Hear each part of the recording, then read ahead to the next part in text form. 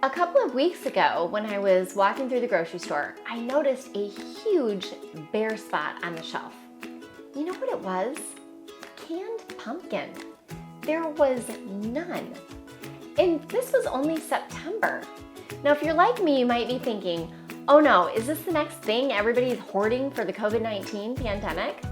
I'm Shelly with Art for My Table, and today I'm showing you how to make pumpkin puree at home. It's really not that hard to do, and then you don't need to worry about the store running out, and you'll still be able to make all of your favorite pumpkin recipes. Plus, your pumpkin recipes will be that much better because you're using fresh pumpkin. You only need one ingredient to make this pumpkin puree, and that is fresh pie pumpkins. Pie pumpkins are the smaller pumpkins that you'll find in your produce department of your grocery store. You can also find them at the market, and they're usually labeled pie pumpkins, or sometimes they're labeled sugar pumpkins.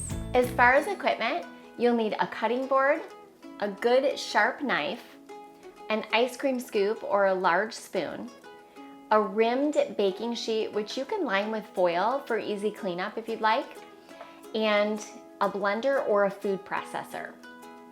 The first thing you want to do is preheat your oven to 350 degrees. While that's warming up, you'll prepare your pumpkin.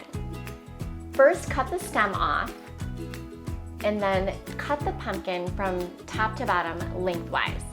Now, I recommend using a good sharp chef's knife to do this. Pumpkins are hard. They're hard to cut, so it's going to require a sharp knife and just a little bit of arm muscle. But I'm a pretty small person, so if I can do it, you can do it too. Once you've done that, you want to take the seeds out. So here's my pro tip. Use an ice cream scoop. I have one that has a flat edge on it, and so this works perfectly. Now, you can use any spoon or any ice cream scoop, it's fine. I've just found that ice cream scoops tend to have a thinner edge to them, so when it comes to scraping all that stringy pulp out of the pumpkin, this makes it much easier. Once you get all of the seeds and the stringy pulp out, you can set those aside and you can roast the pumpkin seeds later if you'd like to.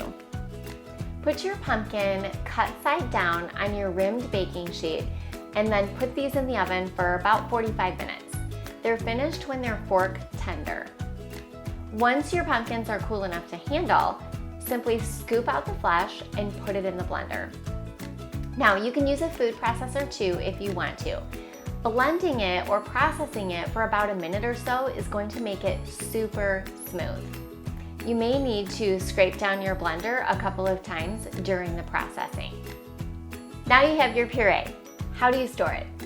I recommend an airtight container for ultimate freshness. Jars work well, Ziploc bags work well too. It'll keep in your fridge for about a week. Now, you might be thinking, well, I don't know if I can use all of that within a week's time. No worries. You can also store this in your freezer. I like to make a few batches of this and stock up my freezer, so I just have it at the ready. After the puree is completely cooled, put it in a Ziploc freezer bag and store it flat in your freezer. When you're ready to use it, let it thaw. Now, here's another pro tip for you.